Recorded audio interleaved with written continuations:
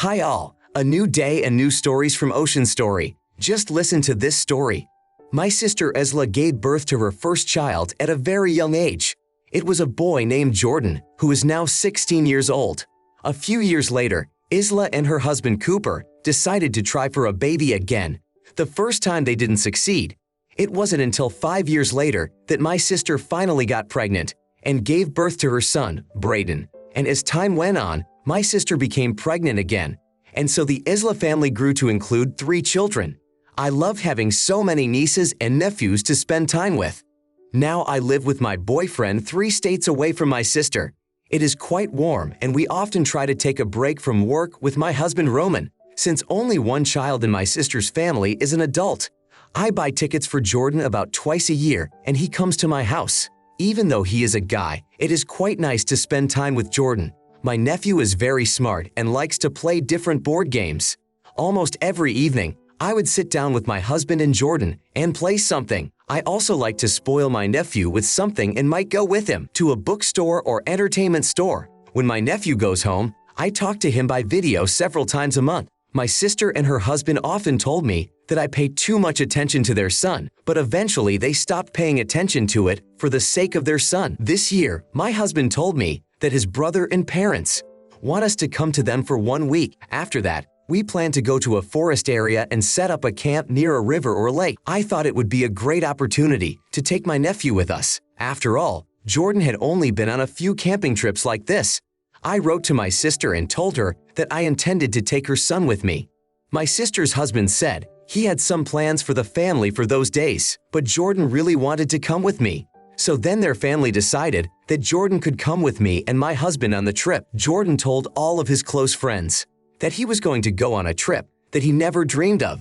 A few days before Jordan was supposed to pack his bags and come to me, he got into a little trouble that led to some problems.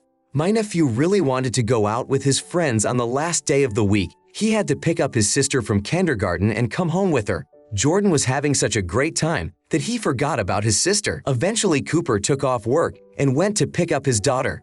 He was very angry with his son. It was because Cooper had important investors coming to visit him, and the meeting was almost canceled. This situation drove Cooper crazy. When Jordan was walking home, just as he was about to enter the house, he remembered his main task for the day. Jordan knew that one of his parents had already picked up his sister. He walked into the house where Cooper was waiting for him. They had a conversation in which Cooper punished his son and forbade him to do a lot of things. However, in his punishment, Cooper did not tell Jordan that he could not come to me anymore. The day after these events and after I had listened to Jordan, Cooper wrote to me with his side of the story. I understand him perfectly because for every adult man, work is important. But Cooper didn't write to me to complain about his son forgetting his important job. Cooper wrote to me, "You have to tell my son that he can't come to you. You can make up any reason, the dog died, or suddenly you or your husband had urgent business. I didn't want to punish my son in this way, so I asked you to do just that." I started to object to my sister's husband and said, "Don't you think this is too harsh a punishment for your son, forgetting his sister in kindergarten once? The fact that you almost missed an urgent meeting is really terrible. But that was your problem. Jordan didn't actually do anything terrible. He didn't come home drunk or forget his sister in the middle of the city and lose her. I think you, Cooper, are taking your son too seriously at this point.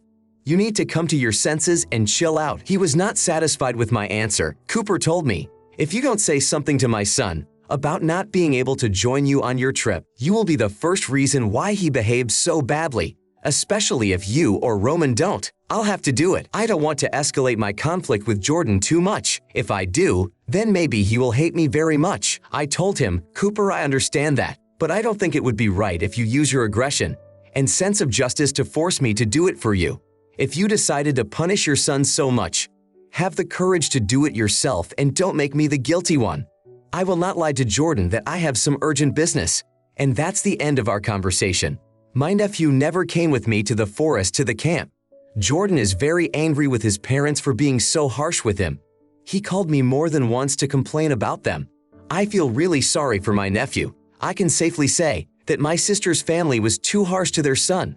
Although Cooper and his wife believe that I am just as guilty as they are, Eliana, it is extremely unfortunate that Cooper, as a parent, not only overreacted, but also tried to shift the blame to you, using emotional manipulation and putting pressure on someone else. To get your nephew to lie shows a severe lack of responsibility and maturity. Parents are supposed to set an example for their children, not resort to manipulative tactics to avoid their own parental responsibilities. Cooper's decision to involve you or your spouse in his punitive measures is not only unfair, but also demonstrates an inability to parent effectively. Instead of addressing the problem directly with his son, Cooper resorts to coercing someone else into lying to cover up his own lack of empathy and understanding. This behavior not only damages the parent-child relationship, but also sets a damaging example of responsibility for a child. You did the right thing by not agreeing with what he said. Quinn, it's disappointing to see parents, especially Cooper, impose such a harsh punishment on their son for a mistake that, in the grand scheme of things, is relatively minor. Parents are expected to guide and nurture their children, not subject them to unnecessary emotional suffering. This type of excessive punishment not only undermines trust within the family, but also contributes to an atmosphere of fear rather than learning. Cooper's insistence on involving his aunt in his disciplinary actions is not only manipulative, but also undermines the integrity of the family unit. Parental responsibility should not be shifted to outsiders, especially when it comes to being held accountable for the actions of a child. This is a blatant evasion of the parent's duty to communicate effectively with their children, a choice in favor of control and coercion instead of promoting a healthy, open and mutually understanding family environment. The most offensive thing is that your sister's family thinks it's okay to offload their responsibility on someone else. Next story. I live with my uncle Avon. My parents sent me to live with him while they are away this year. My uncle is a very interesting person who is not easy to get along with.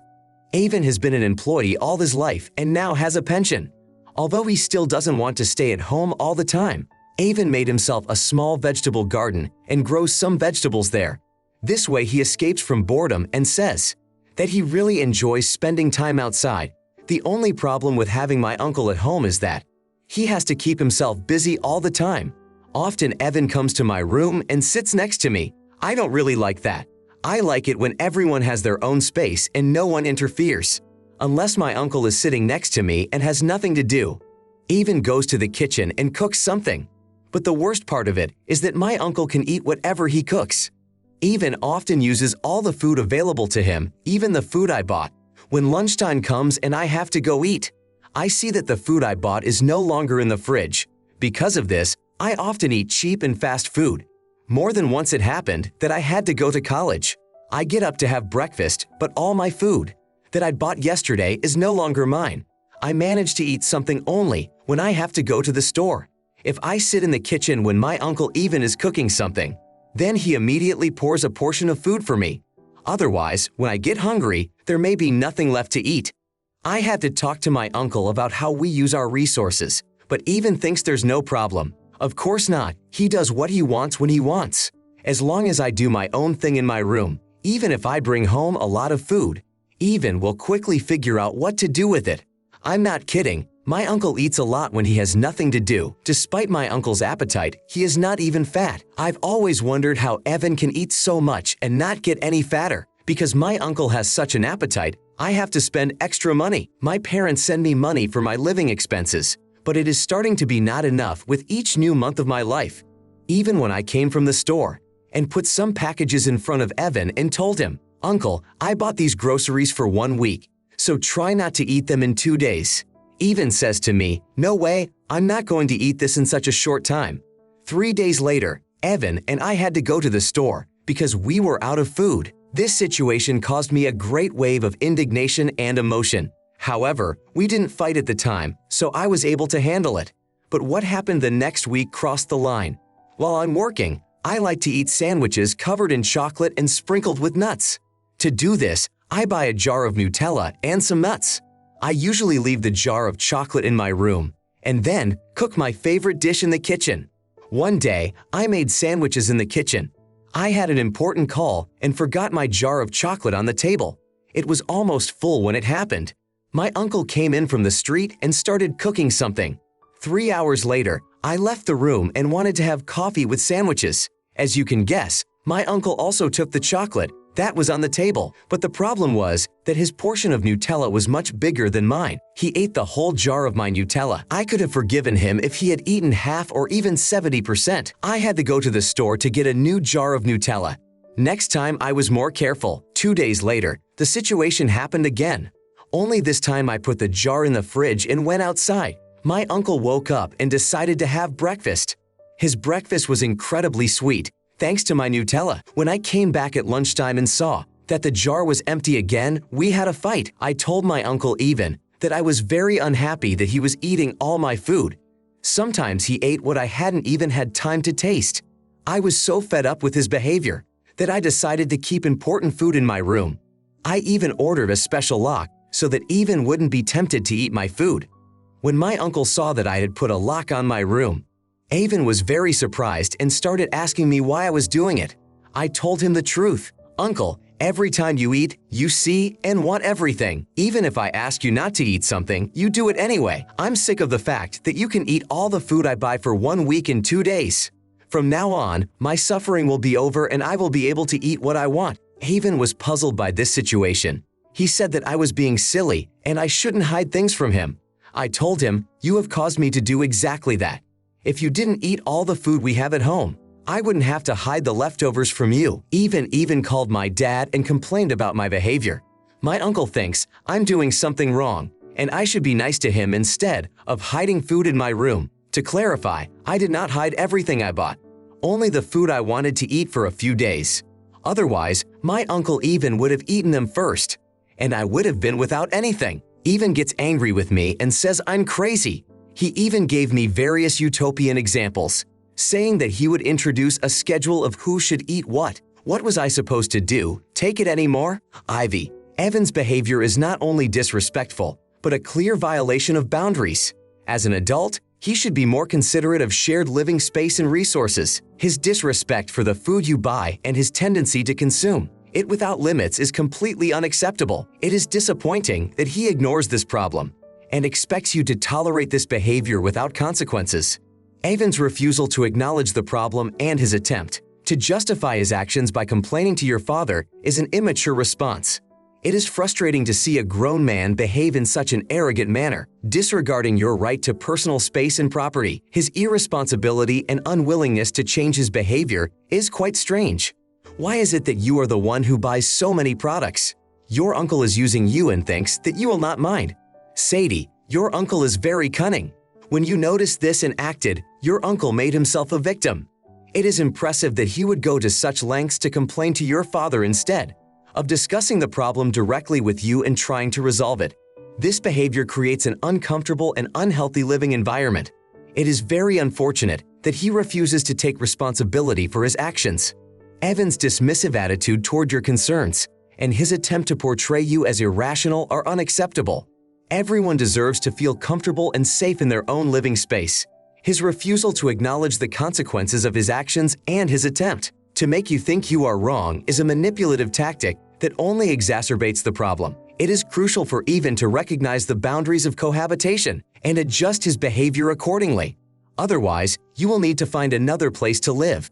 Don't let someone take advantage of you that easily. Just because Evan is your uncle doesn't give him the right to abuse you. Now I want to tell a different story.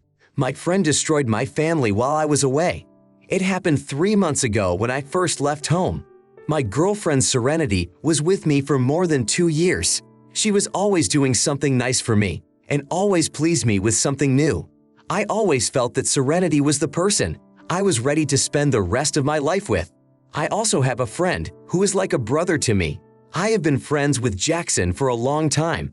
It seems like I've known him almost my whole life. Jackson started being friends with me when we were in kindergarten. Since then, we have been together whenever possible. Jackson and I are very fond of fishing, and almost half of the summer, we went fishing and talked about different topics. It seemed to me that life could not be more perfect. At least it was until this year. I had to go to another country for work for a few weeks. Then I had a few more trips around the country. When I found out that Jackson had seduced my girlfriend, I felt like everything inside me was broken. I had never imagined such a thing. I was always expecting the worst, but it was so trivial. I never expected this from Jackson. We broke up with Serenity pretty quickly. To my surprise, it didn't hurt as much as I thought it would. For me, it was more painful that my friend had done something so horrible. I've been around Jackson my whole life. We've been through a lot, but now it's over forever. Another very difficult moment in my ceasing to be friends with Jackson is that my friend has 2 small children. It's not that I'm a big fan of children, but Jackson's children have become like family to me. They treated me like their second dad and called me Uncle Tom. It was painful for me to realize that his children would no longer call me that. My whole family found out about these events, which made everyone upset. Our parents and Jackson had been friends for a long time and could not believe that Jackson had done this. My mom tried to reassure me that I could talk to Jackson and resolve the matter. However, I told her and my dad firmly, I have forgiven my friend many things throughout my life. I could forgive absolutely anything Jackson would do. But the fact that he seduced my girlfriend and they cheated on me, I can't forgive. Even though Jackson is like a brother to me, my parents stopped talking about it, and it's like the situation is up in the air. That was until my friend's children had no birthdays. I knew those dates very well and always gave the kids something. When the time came, my parents said it would be nice if I gave something to my friend's children for their birthday. I told them that these children were like my own, but now only Jackson has to take care of them. My mom was very upset by what I said then. Then, when there were a few days left before the holiday, I thought about what I should do. Partly, my friend's children are not to blame for their dad being such a jerk. But if I send birthday gifts to the kids, that means I won't have to have any contact with Jackson. He'll start apologizing again and saying he didn't mean for it to happen. I don't want to hear that lie every time I see my ex-friend. I can't imagine that I will find the strength to forgive Jackson for his critical mistake. My other friends condemned my friend's actions and said it was not like him. But what he did has no excuse, no matter how kind Jackson is to other people. I agree with them, and that's why I don't want to spend another second with Jackson.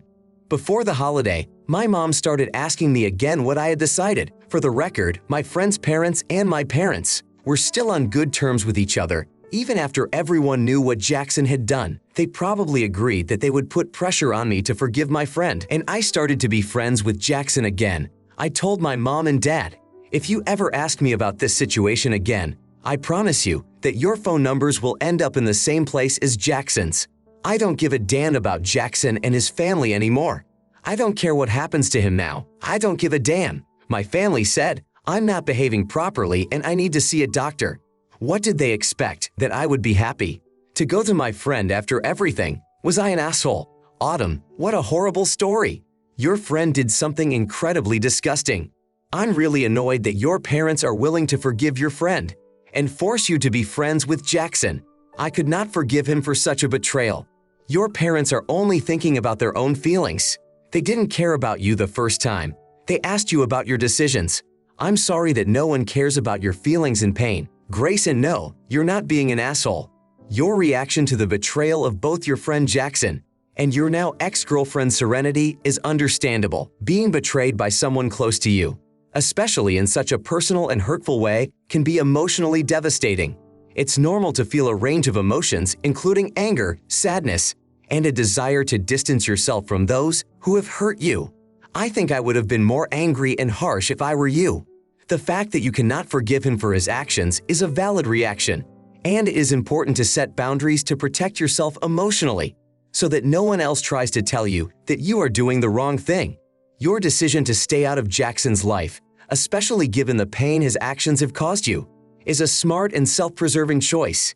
It is clear that maintaining contact with him will only serve as a constant reminder of the betrayal, and that's probably the worst thing you can do right now. Your parents are very wrong in their advice.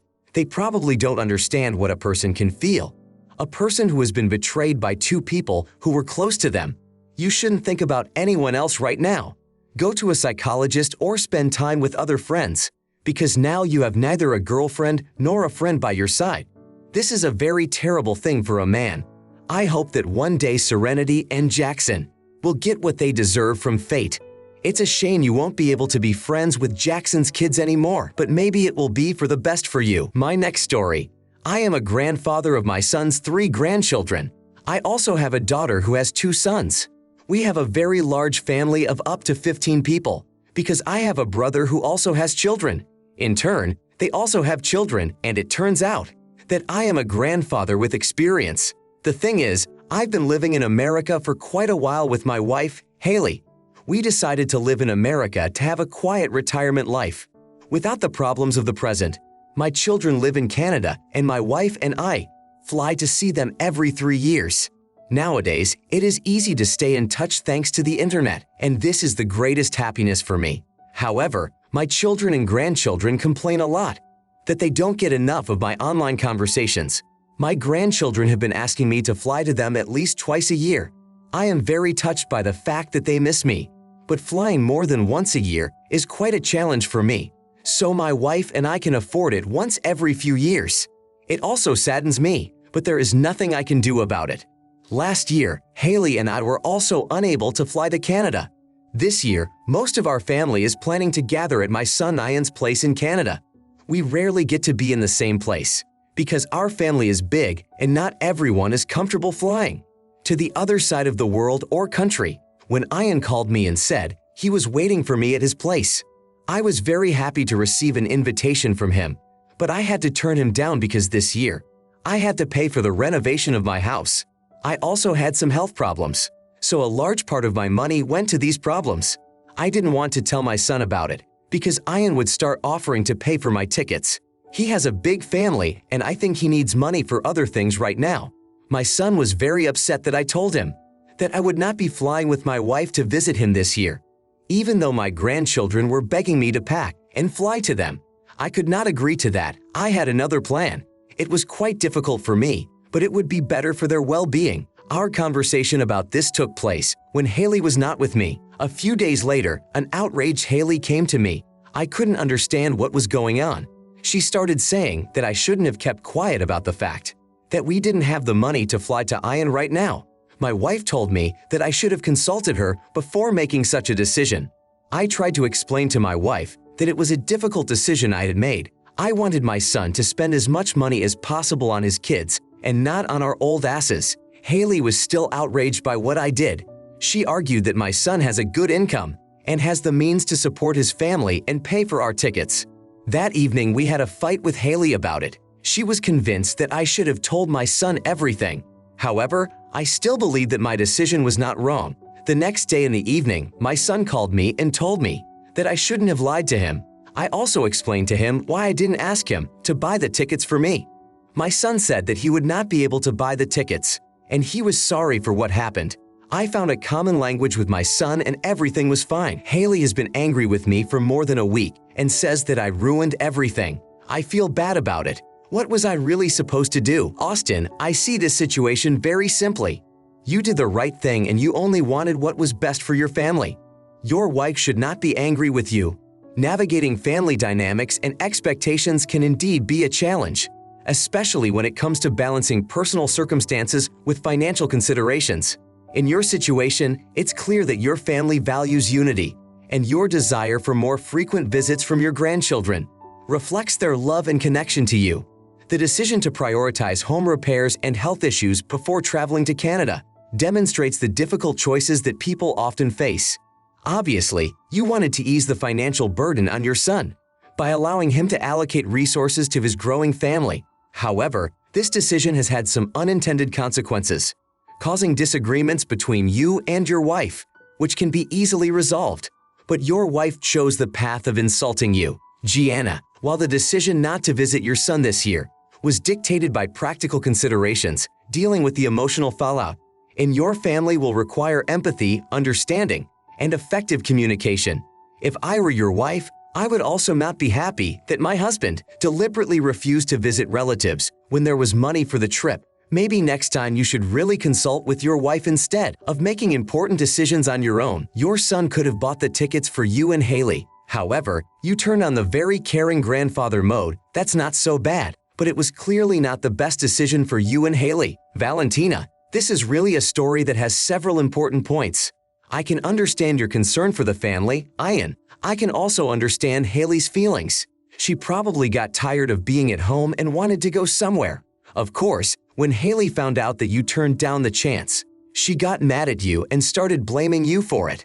I think you need to think beyond your own feelings and thoughts. And you should also consider that Haley is tired of being alone at home. A story that really surprised me. My friend was having a Christmas party at his place. A lot of people were invited to that party too. Among them was my ex-girlfriend Piper. We didn't break up on the best of terms. She cheated on me, and since then, I've hardly ever spoken to her.